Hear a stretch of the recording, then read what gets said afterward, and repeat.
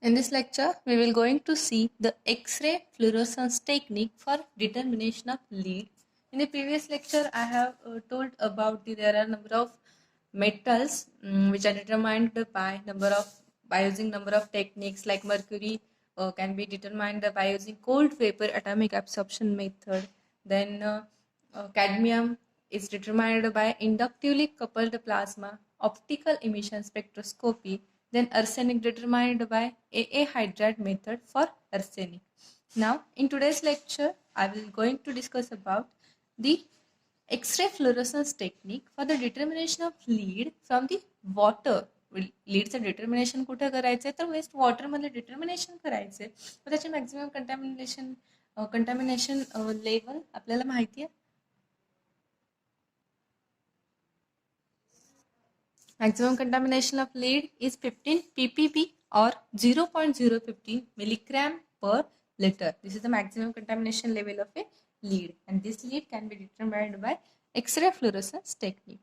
Now we will going to see what is the function of X-ray fluorescence technique, what is the working of this X-ray fluorescence technique, or how it works on the determination of number of metals. And firstly, X-ray fluorescence technique is an analytical technique which has been used to determine elemental composition of a wide variety of materials. काय तर हे कशासाठी use केले जाते? It is used to determine elemental composition of wide variety of material. Wide variety of मटेरियलचे elemental composition determine करण्यासाठी use केले जाते. मग त्याच्यामध्ये मेटल्स असतील, मिनरल्स असतील की ज्यांच्या डिटर्मिनेशनसाठी एक्सरे फ्लोरोसेन्स टेक्निक यूज केली जाते. मग ह्याचं जर स्ट्रक्चर बघायचं, स्ट्रक्चर नाही तर ह्याचं जर इन्स्ट्रुमेंटेशन बघायचं म्हटलं तर खूप सिम्पल इन्स्ट्रुमेंटेशन आहे. याच्यामध्ये in the x-ray fluorescence technique there is one of the sample cell. इथे एक सॅम्पल पुट केलेलं असेल. सॅम्पल सपोज आपण आता लीडचं कॉन्सन्ट्रेशन फाइंड आउट करतोय वॉटरमध्ये, मग इथे सॅम्पल कोणतं असेल? लीड असेल. याला म्हटलं जातं सॅम्पल सेल. देन त्यानंतर आहे इथं आता एक्सरे फ्लोरोसन्स टेक्निक आहे, म्हणजे एक कोणता तरी एक्सरे सोर्स असेल. मग इथं एक एक्सरे ट्यूब यूज केली जाते as a source of a x-ray. इलाच काय म्हटलं जातं? X-ray tube. आणि त्यानंतर इकडे आहे, इकडे एक डिटेक्टर आहे. इथं या साईडला एक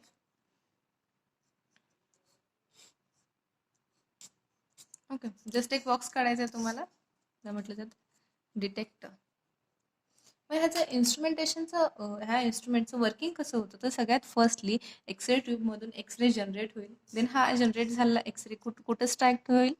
it strike on the sample cell. Sample सेलवरती स्ट्राईक होतं. सॅम्पल सेलवरती स्ट्राईक झाल्यानंतर तुम्हाला मी इथे ॲक्च्युअल काय होतं ते पुढे सांगणार आहे. देन याच्यावरती स्ट्राईक झाल्यानंतर अगेन एक एक्सरे प्रोड्यूस होतो. इथं जो एक्सरे स्ट्राईक होणार आहे याला म्हटलं जातं प्रायमरी एक्सरे. आणि सॅम्पलवरती स्ट्राईक झाल्यानंतर इथून एक एक्सरे प्रोड्यूस होणार आहे, त्याला म्हटलं जातं सेकंडरी एक्सरे. ओके ओके मग हे पुढे बघूया की ॲक्च्युली याच्यातून जेव्हा एक्सरे स्ट्राईक होतो या सॅम्पलवरती तेव्हा सॅम्पलमध्ये काय चेंजेस होतात किंवा सॅम्पलवरती काय इफेक्ट होतं आणि कसं आपण एखाद्या मेटलचं कॉन्सन्ट्रेशन डिटरमाइन करू शकतो by using this technique. As I have told, primary X-ray. This primary X-ray is generated from this X-ray tube, then which is strike on this sample cell. Then in the sample cell, the another X-ray is generated. Okay. Now we will discuss about how this secondary X-ray is generated in this instrument. Then as we know, the sample is made up of a number of atoms. Sample मध्ये number of atoms असतील तर item माहिती आहे आपल्याला. Item म्हणजे ॲटमचं जर structure बघायचं झालं तर ॲटममध्ये सेंटरला एक न्यूक्लियस असतं माहिती आहे आपल्याला. देन त्याच्यावरती नंबर ऑफ शेल्स असतात. या शेल्समध्ये नंबर ऑफ इलेक्ट्रॉन्स प्रेझेंट असतील हे पण माहिती आहे आपल्याला. ठीक आहे. तर याच्यामध्ये सगळ्यात फर्स्टली जे लोअर शेल असेल त्याला आपण म्हणतो के शेल. इथं न्यूक्लियस आहे. देन के शेल, एल शेल आणि शेवटची सेल असेल त्याला काय म्हटलं जातं? शेल असेल त्याला काय म्हटलं जातं? M shell. KLM आणि पुढे सुद्धा कंटिन्यू होतात शेल्स. मग आता हा ॲटम आहे सॅम्पलमधला जो मी इथे लिहिला आहे, त्याचा न्यूक्लियस आहे. के शेलमध्ये माहिती आहे आपल्याला, के शेलची कपॅसिटी 2 इलेक्ट्रॉन्सची असते. देन एल शेलमध्ये टोटल 8 इलेक्ट्रॉन्स असतील. 4, 5, 6, 7 आणि 8. इथे 8 इलेक्ट्रॉन्स असतील. देन त्यानंतर एम शेलमध्ये सुद्धा काही नंबर ऑफ इलेक्ट्रॉन्स असतील. ठीक आहे, तर मी इथं 4 इलेक्ट्रॉन्स नोट डाऊन केले. आता जेव्हा सपोज आता हा एक ॲटम आहे, याच्यामधून आपण काय पास करतो, तर याच्यावरती आपण एक्सरे स्ट्राईक करतोय. जेव्हा हा एक्सरे आपण ह्या ॲटममधून पास करतो तेव्हा काय होतं, इथं काय झालं, एक्सरे स्ट्राईक झाला to this electron of K shell. Then हा इलेक्ट्रॉन काय झाला, इजेक्ट झाला, इजेक्शन झालं ह्या इलेक्ट्रॉनचं from this K shell. Then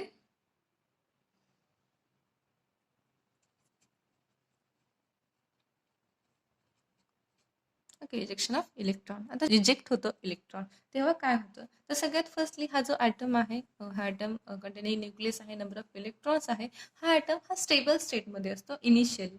पण आफ्टर ॲप्लिकेशन ऑफ एक्सरे याच्यामधला एक इलेक्ट्रॉन इजेक्ट झालाय. इलेक्ट्रॉन इजेक्ट झाल्यामुळे हा जो ॲटमचं स्ट्रक्चर आहे याच्यावरती अनस्टॅबिलिटी क्रिएट होते. ते स्ट्रक्चर कसं होतं आहे, अनस्टेबल होतं आहे. आणि to attain or to gain the stability, the electron from the higher level can jump to this vacancy.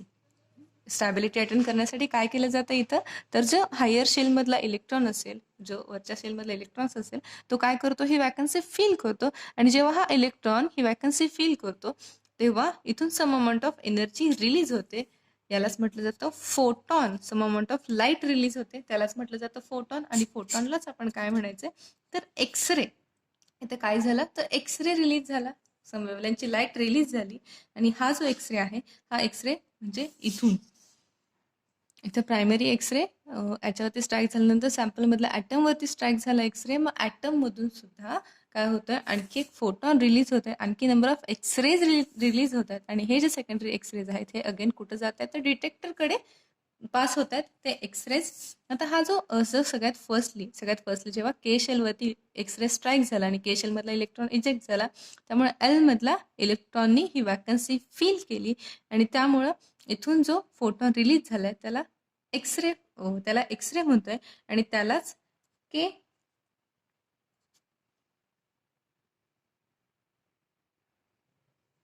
Alpha x ray असंही म्हटलं जातं. आता हे झालं के अल्फा एक्सरे.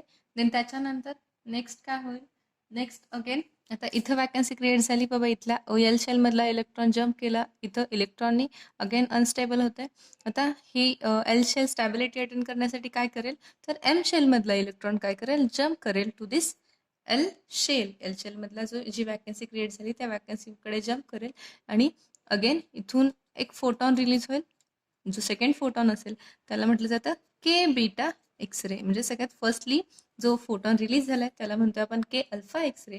आणि जो सेकंड फोटॉन रिलीज झालाय त्याला म्हटलं जातं के बीटा एक्सरे. म्हणजे असे नंबर ऑफ पॅटर्न्स असतील, more and more X-rays release होतील. मग अल्फा बीटा गॅमा पुढे असतील, नंबर ऑफ एक्सरेज रिलीज होतात. आणि ते रिलीज झालेले एक्सरे कुठे जातात, तर डिटेक्टरकडे जातात. मग ते डिटेक्टरकडे काय होते, तर बघा डिटेक्टर काय करतोय, हे सगळेच्या सगळे फोटॉन गेन करतोय.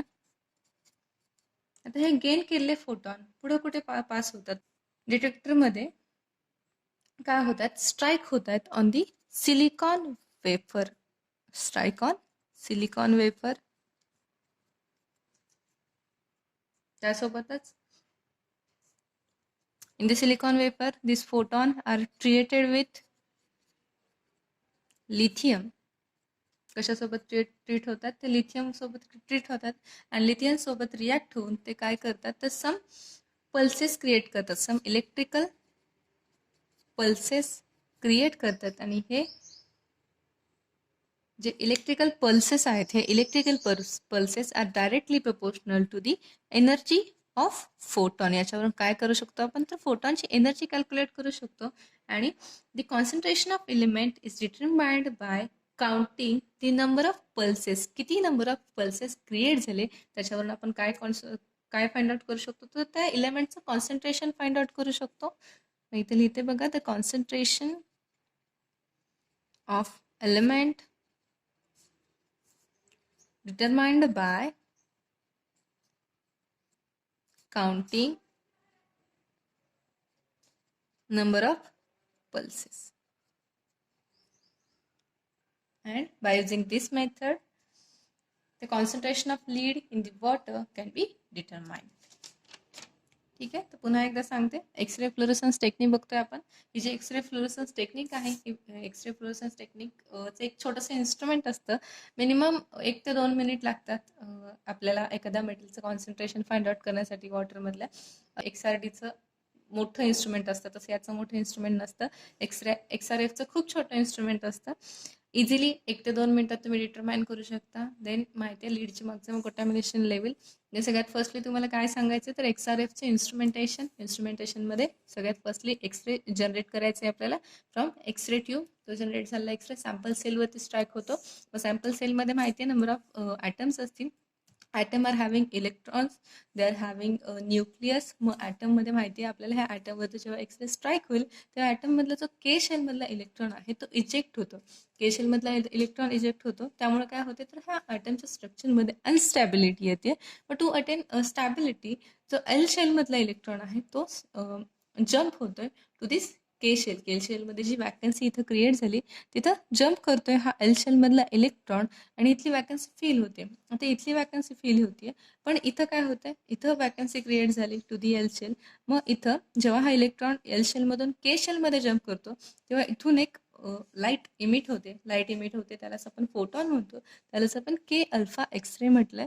देन त्यासोबतच नेक्स्ट टू दॅट जो एम शेलमधला इलेक्ट्रॉन आहे तो एम शेलमधला इलेक्ट्रॉन काय करेल, जम्प करेल टू दी एल शेल आणि इथली वॅकन्सी फिल होईल. त्यासोबतच एक फोटॉन रिलीज करेल आणि त्या फोटॉनलाच म्हटलं जातं के बीटा एक्सरे. ओके. तर हे झालं सॅम्पल सेलमध्ये, म्हणजे नंबर ऑफ एक्सरेज प्रोड्यूस झाले के अल्फा, के बीटा, के गॅमा, जे नंबर ऑफ एक्सरेज प्रोड्यूस झाले इन दी सॅम्पल सेल. आणि हे जे नंबर ऑफ एक्सरे प्रोड्यूस झाले ते कुठं स्ट्राईक होतात पुढं डिटेक्टरमध्ये and treated with lithium. Then here the photon can be converted to the electrical pulses. ह्या फोटॉनचं कन्वर्जन कशामध्ये होते, इलेक्ट्रिकल पल्सेसमध्ये होते.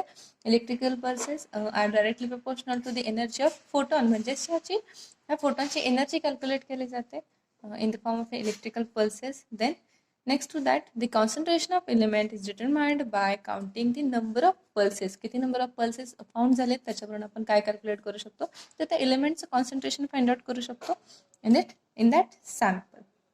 ओके. देन XRF मध्ये एक ग्राफ प्रोड्यूस होतो.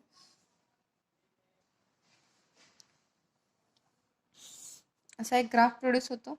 इथं असेल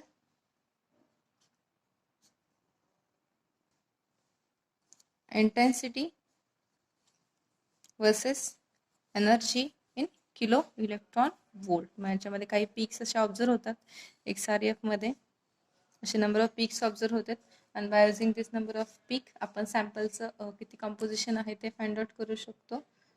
The X-ray emitted by the atom in the sample are collected by detector and proceeds in the analyzer to generate a spectrum. म्हणजे इथं जे डिटेक्टरमध्ये जे कलेक्ट झालेत एक्सरेज ते पुढं कुठं पास होतात टू दी अनालायझर. आणि अनालायझरमध्ये हा जो ग्राफ मी ड्रॉ केला आहे तो ग्राफ प्रोड्यूस होतो. This graph is of intensity versus energy. Intensity versus एनर्जीचा ग्राफ आहे.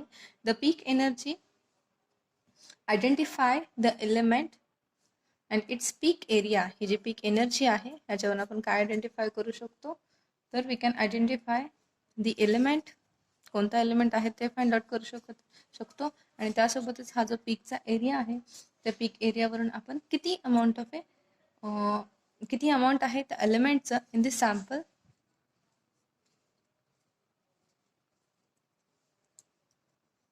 ते डिटरमाइन करू शकतो बाय युझिंग दिस पीक एरिया.